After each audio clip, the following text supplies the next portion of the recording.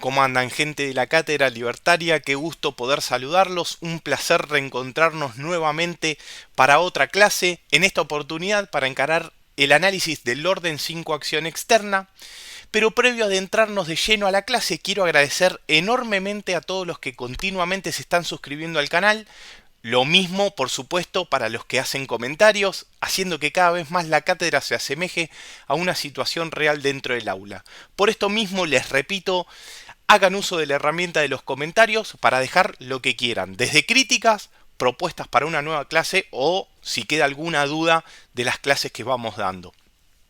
Vamos a agregar a esta clase de hoy dos anexos. El primero, un cronograma de las clases que van a seguir a esta, sobre todo para Management 1, que espera con ansias a Max Stirner, para que vea entonces cuándo se nos viene el anarquismo individualista y la clase específica de Max Stirner. Y un segundo anexo, como habíamos dicho con este nuevo retorno de la cátedra, que íbamos a hablar un poquito más de la actualidad, vamos a hacer una brevísima reflexión sobre los acontecimientos que están pasando en Cuba. Comencemos entonces con el análisis del orden 5 acción externa, no sin antes advertir que sobre este tema en particular no hay una bibliografía específica, con lo cual tenemos una ardua tarea para ir desmenuzando este concepto y poder brindarles a ustedes una noción real de la importancia que tiene. Comencemos diciendo que si hablamos de anarquismo como una forma de organización social que descarta cualquier forma de jerarquía y sin formas de gobierno, no va a existir otra alternativa que el orden para pacificar y armonizar todas las relaciones interpersonales que se vayan a dar en el seno de esa comunidad. Pero tenemos que dejar en claro que este orden tiene que darse sin mecanismos externos que lo hagan cumplir, es decir, sin instituciones que vayan a hacer uso del monopolio de la fuerza para hacer cumplir ese orden. Esta es la base, el monopolio de la fuerza va a ser la base sobre la cual los gobiernos actuales nos obligan a participar de la estructura social actual.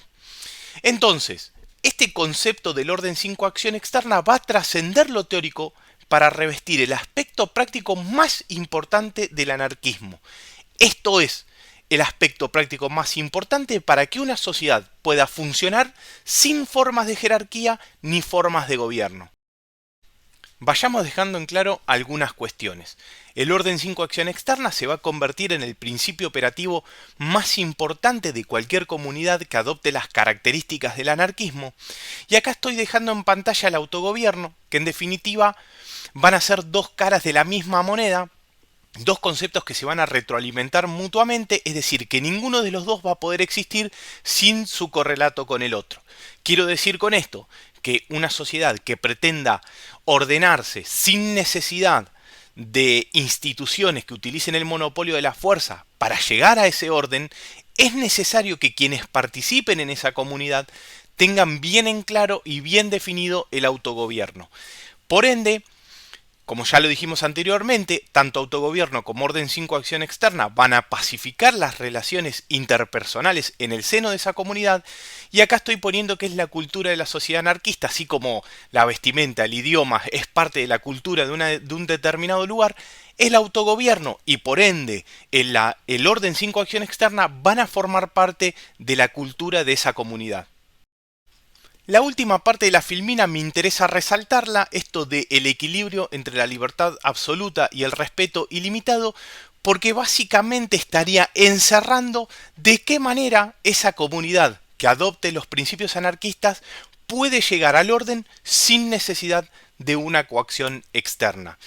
Como bien dice la filmina, esto es de autoría de Juan Erbil, que es un personaje interesantísimo de mi ciudad, anarquista individualista el hombre, que muy amablemente me permitió utilizar un texto de su autoría que no tiene una publicación oficial, pero bueno, que ha pasado de mano en mano entre quienes lo conocemos y que estoy haciendo las gestiones, si él me lo permite, quedó en contestarme, vamos a ver, esperemos que sí, para cuando encaremos lo que sería anarquismo individualista y lo mismo con Max Stirner. Les quiero dejar el link para que se puedan descargar su pequeño texto que se denominó Poesías y escritos cortos de un ácrata naciente. En este texto hay una parte muy importante que es la que tiene relación con esto del equilibrio entre la libertad absoluta y el respeto ilimitado.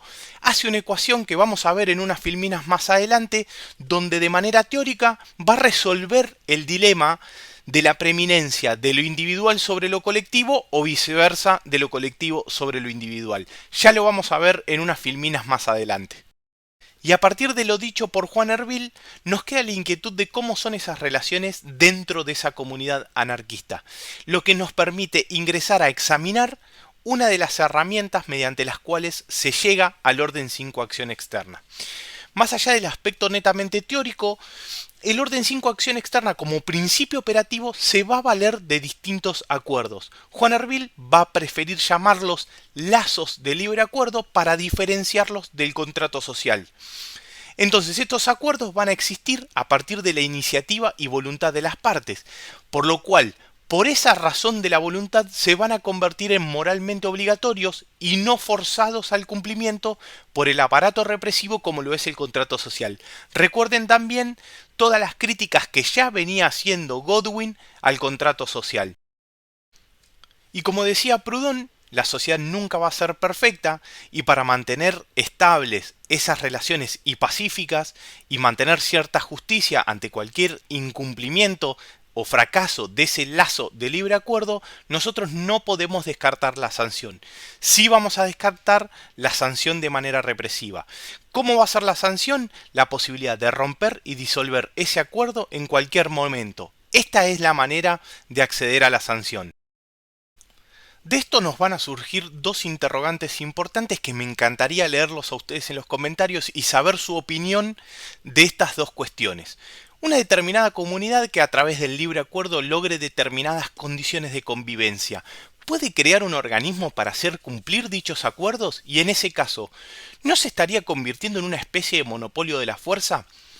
De lo que estamos hablando es de generar alguna especie de administración de justicia comunitaria por los problemas y los distintos puntos de vista que pueden aparecer aún después de celebrado un acuerdo y que indefectiblemente pueden aparecer. En mi criterio, todo va a depender de las condiciones en las cuales se genere ese organismo. Si las reglas están claras, no creo que haya ningún problema de que exista un órgano encargado de velar por el cumplimiento de dichos acuerdos. De hecho, para el caso, en las comunidades anarquistas antiguas y preanarquistas, la expulsión de la comunidad era una sanción real y efectiva. Quiero decir con esto que, aun sin existir un organismo encargado de velar por los acuerdos, si una determinada sociedad lograba ciertas pautas de convivencia y uno de esos miembros no cumpliera dichas pautas, si toda la comunidad se ponía de acuerdo, podía expulsarlo.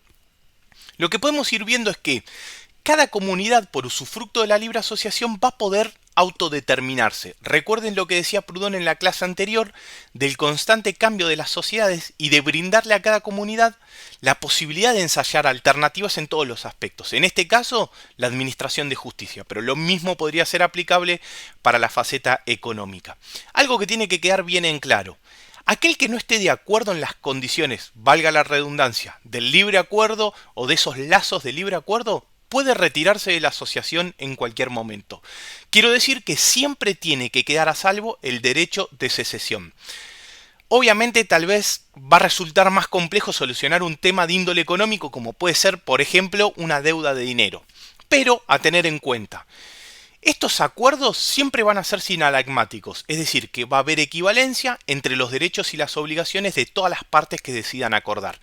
Entonces, si el orden 5 acción externa y el autogobierno está arraigado a nivel individual, las relaciones en el seno de esa comunidad o de esa asociación van a ser más estables y los problemas van a ser más fáciles de solucionar. Y me animo a decir que probablemente existan en menor cantidad que los que aparecen hoy en día en la sociedad tal y como la tenemos organizada.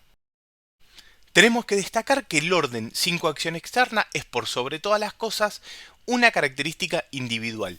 Esta característica puede, por la unión de dos o más individualidades, convertirse en grupal o comunitaria, pero tenemos que dejar en claro que todo nace desde lo individual, que el orden 5 acción externa arraigado a nivel individual, al unirse con otra individualidad, se puede trasladar a lo comunitario o a lo social.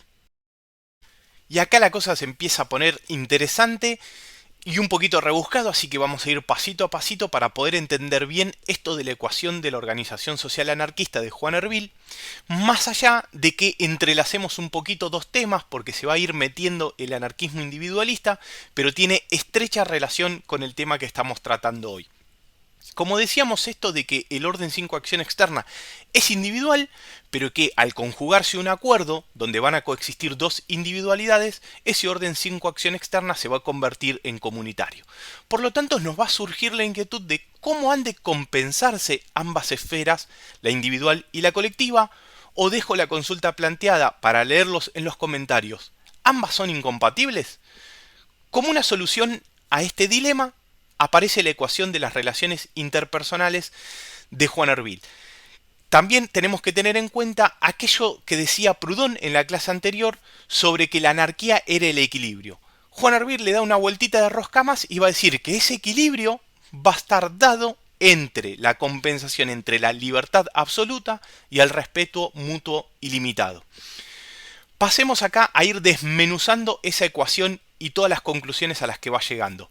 Fíjense que nos va a estar diciendo que cualquier desequilibrio en las dos variables, tanto en la libertad absoluta como en el respeto mutuo ilimitado, van a provocar desequilibrios en las relaciones sociales que se den en el seno de esa comunidad. Para que la ecuación de un resultado positivo y constante, deben sumarse ambas dos, se deben compensar, y eso es lo que va a dar el equilibrio. Ahora bien, ¿qué va a pasar cuando se dé ese desequilibrio? ¿Qué tipo de sociedad se va a dar si pesa más una por sobre la otra? Lo que nos va a decir es que si pesa más la libertad absoluta por sobre el respeto mutuo ilimitado, va a provocar egocentrismo y falta de solidaridad. Con lo cual, una sociedad de explotación que se va a caracterizar por ciudadanos con conductas egoístas de explotación. Abro un paréntesis acá. Recuerden lo que dijimos en la clase de la prehistoria del anarquismo con Max Stirner, que él iba a hacer un uso no peyorativo del egoísmo. Acá Juan Ervil hace exactamente lo mismo, va a diferenciar dos clases de egoísmo, un egoísmo de explotación, el negativo, el que está en la sociedad actual, y un egoísmo positivo, que es el egoísmo anarquista.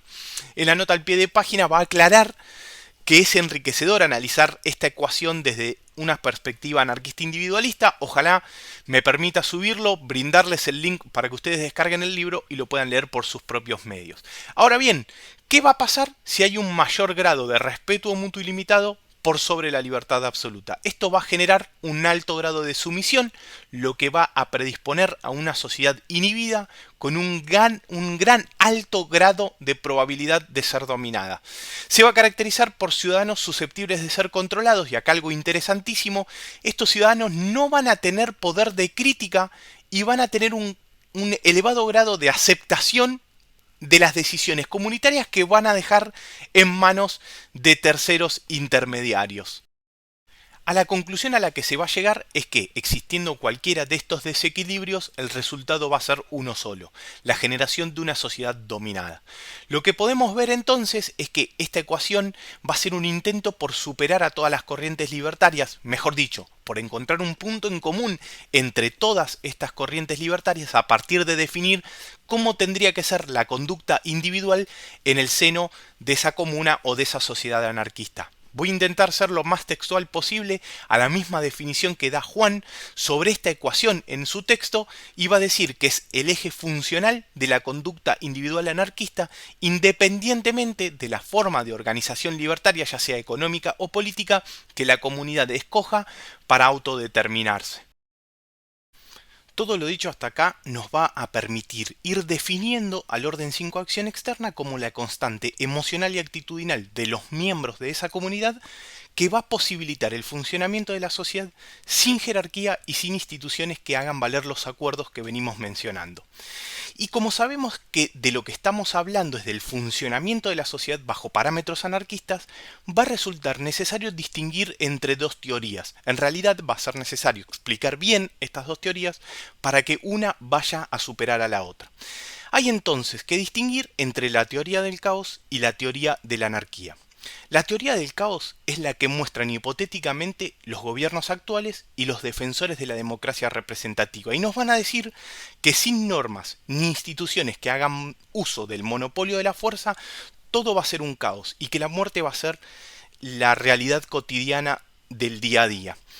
La imagen que están viendo en pantalla, si bien es vieja, es del año 2019, nos va a encajar perfecto para el ejemplo. La mayor tasa de homicidios en el 2019 la tuvo El Salvador. Quiero aclarar algo. Todos los países que vemos acá abajo, todos tienen monopolio de la fuerza y normas que reprimen los homicidios. Lo que demuestra es que el que quiere cometer un homicidio, pese a las represalias, los puede cometer en El Salvador y en cualquier parte del mundo. No obstante eso, la mayor parte del mundo elige no cometer homicidios. Y creo yo que menos lo haría si entendemos el orden sin coacción externa. Vamos al ejemplo claro del Salvador. Vamos a suponer que los 62 homicidios fueron perpetrados por 62 personas distintas. Digo, puede ser que una persona haya cometido más de un homicidio. Quiere decir que 99.938 personas decidieron no cometer homicidios.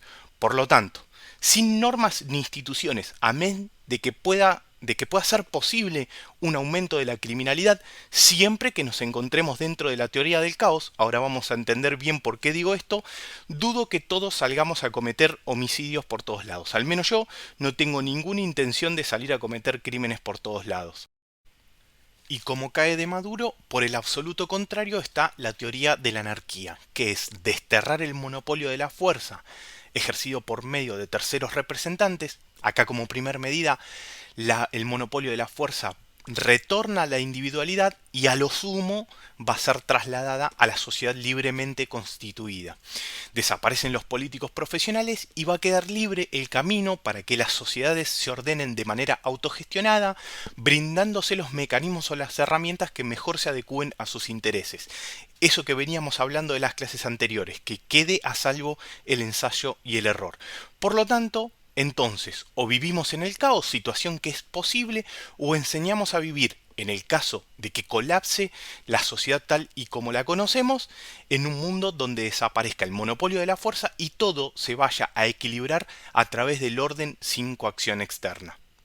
Y ya llegando al final de esta nueva clase, tenemos que dejar bien en claro que el orden sin coacción externa en base a la libre asociación es un orden real y estable, no simulado como lo es hoy toda la sociedad que está cohesionada por el uso de la fuerza y la mitología.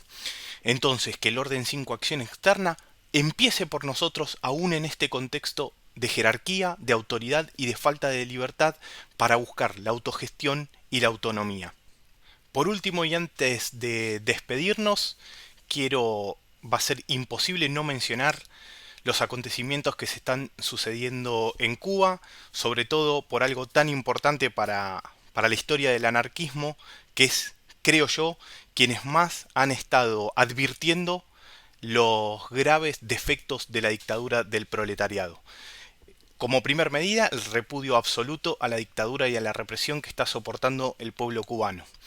No obstante eso, desde mi criterio, y ustedes pueden tranquilamente no compartir absolutamente nada, creo que es necesario separar la gesta de la revolución allá por el año 59 de todo lo que vino exactamente un año después, desde que la revolución se asumió como marxista-leninista. Gracias a YouTube sé que las clases se ven en distintos países, pero en este caso voy a hablar de quienes salieron a defender el comunismo en los medios de comunicación de Argentina. Algo absolutamente llamativo, pero la izquierda marxista, por lo menos en Argentina, defiende a la dictadura cubana argumentando por qué no es una dictadura. Yo digo y me pregunto, ¿acaso no es lo que buscan la dictadura del proletariado? Ya ni siquiera saben qué es lo que quieren, ni siquiera saben qué es lo que propone el marxismo.